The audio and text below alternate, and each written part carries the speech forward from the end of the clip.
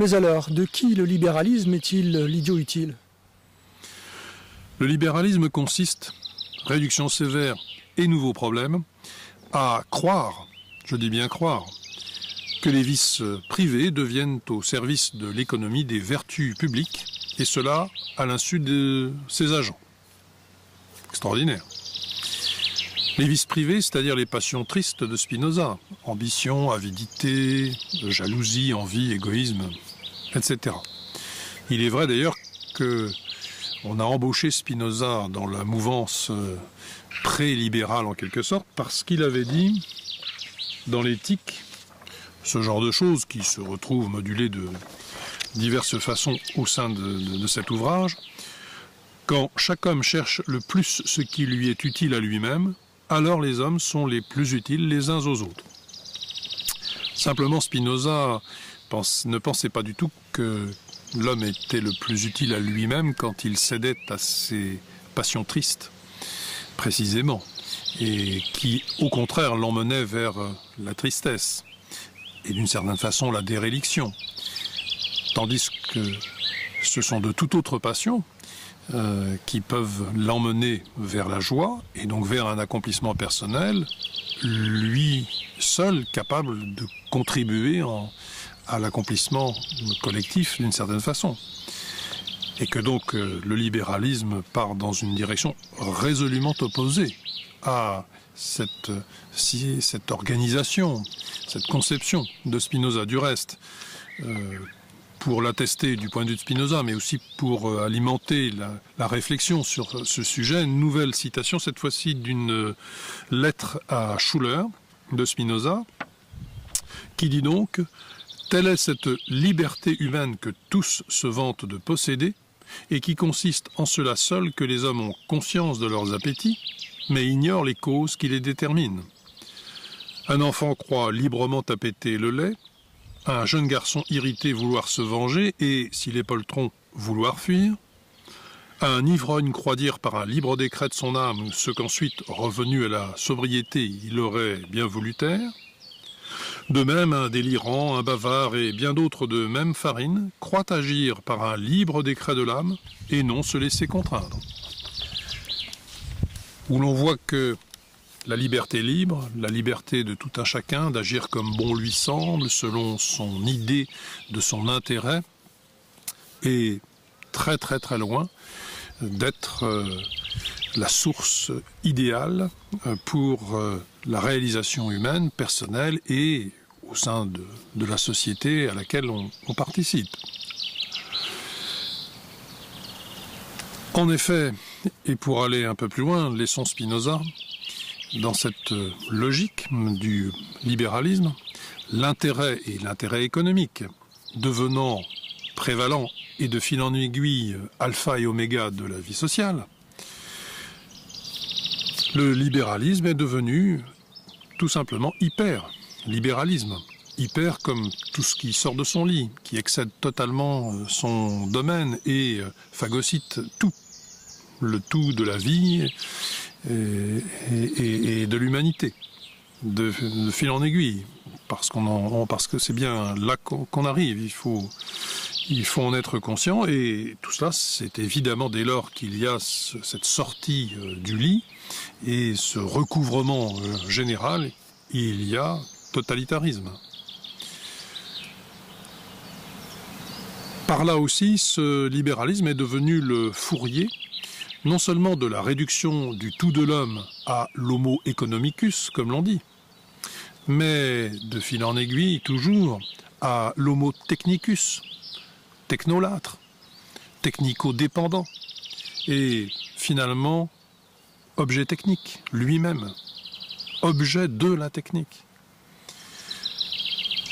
Les élites ne sont désormais plus constituées que par l'ensemble des parvenus, et des parvenus déculturés, puisqu'il faut innover sans cesse.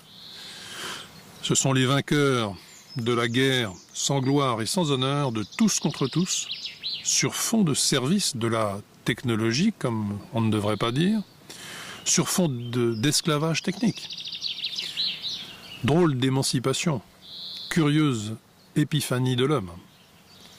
l'homme devenu cheville ouvrière, simple cheville ouvrière de son remplacement technique.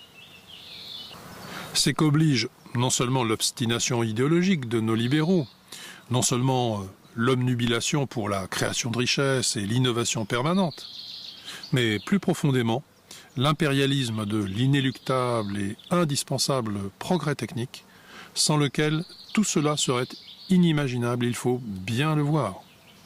Le libéralisme n'est donc qu'une idéologie comme les autres. Question de isme. Ou disons que c'est un monisme comme les autres, mais qui gagne la bataille en chevauchant le devenir technique de l'être humain et en jouant sur sa soumission vénale et son très fort tropisme pour la distraction pascalienne. C'est vrai, les libéraux ont ceci de commun avec les idéologues et plus généralement les fanatiques de tout poil, que lorsque l'application de leur vision des choses pose des problèmes, comme on l'a déjà noté, eh bien ils rétorquent que c'est parce que l'on n'a pas assez appliqué leurs recettes, qu'on est resté à mi-chemin, que l'on n'a pas appliqué purement et absolument tout ce qu'il fallait pour que tout se passe merveilleusement. Autrement dit, si le rêve capote ou vire au cauchemar, ben c'est qu'on ne rêve pas assez. Et puis, comme leurs alter ego en chimère, ils tendent assez nettement au manichéisme. Alors ce n'est pas le couple bien-mal, c'est le couple efficace-inefficace. Mais comme l'inefficacité est presque par nature ou par raison spoliatrice, on n'est pas bien loin de ce mal et finalement de ce manichéisme. Chasser le négatif, il revient au galop, tout comme la transcendance. Enfin, pour clore un tableau qu'on ne cherche pas à rendre trop sombre, mais simplement pour essayer de faire le tour de la question, on signalera que nos libéraux, éternels perdants vis-à-vis de l'hydre toujours renaissante de l'étatisme et de l'administration ONI, ne s'interrogent curieusement jamais sur leurs échecs. Pourtant, ils sont actuellement grandioses. Certains, assez peu regardants sur ce qu'ils racontent, vont même jusqu'à dire aujourd'hui, je l'ai entendu à Béziers à l'occasion de la table ronde sur l'économie, avec à la tribune, à une personne près, des libéraux pur jus, pur sucre, qui s'exprimaient. J'ai donc entendu dire que si la fameuse destruction créatrice ne fonctionnait plus bien du côté de la création, c'est parce qu'on n'avait pas assez laissé se faire la destruction, qu'il n'y avait pas eu assez de destruction. S'agissant de l'économie et en ligne de mire de l'emploi, on conviendra que c'est tout de même assez osé. Le problème, ce serait les banksters, comme ils ne disent pas, hein, c'est libéraux, parce que c'est un terme du camp d'en face. Mais on sait bien les jeux de miroir, comme ils fonctionnent. Le problème, ce serait le too big to fail, qui empêche le jeu naturel de pleinement se produire. Ce n'est pas la mondialisation sauvage et surtout pas la révolution numérique, qui est pourtant la troisième grande révolution industrielle ou de la production, si l'on veut, ou économique, et qui est en train de se produire et qui est en train de radicalement changer la donne sur tous les points. Rien de tout cela, simplement le jeu naturel qui est entravé, la destruction qui est empêchée certaines fois, donc la création qui ne peut pas avoir lieu. Comme si, en ne laissant pas s'effondrer certaines banques systémiques, comme l'on dit aujourd'hui, c'est-à-dire en ne prenant pas le risque d'un effondrement général et total aux conséquences presque incalculables, on sabotait par là l'avenir merveilleux que promettent toutes ces innovations formidables, susceptibles de germer dans l'esprit des génies de la bricole et des apprentis de la bidouille digitale. Je trouve que je connais un petit peu ce contexte, ces choses, et que vraiment il y aurait de quoi sourire si ce n'était pas nettement plus ennuyeux, pour ne pas dire pire, que cela. que Schumpeter soit mort, c'est-à-dire que sa destruction créatrice, qui a pu être avérée à diverses étapes, ne soit pas inscrite dans les règles physiques de l'univers et qu'elles ne doivent pas forcément encore et toujours se reproduire, qu'elle calanche même très manifestement aujourd'hui, et depuis déjà un temps, et que c'est un fait peut-être lié à une erreur de fond, à une erreur d'analyse, ça n'effleure pas nos libéraux une seule seconde. C'est pourtant assez manifeste.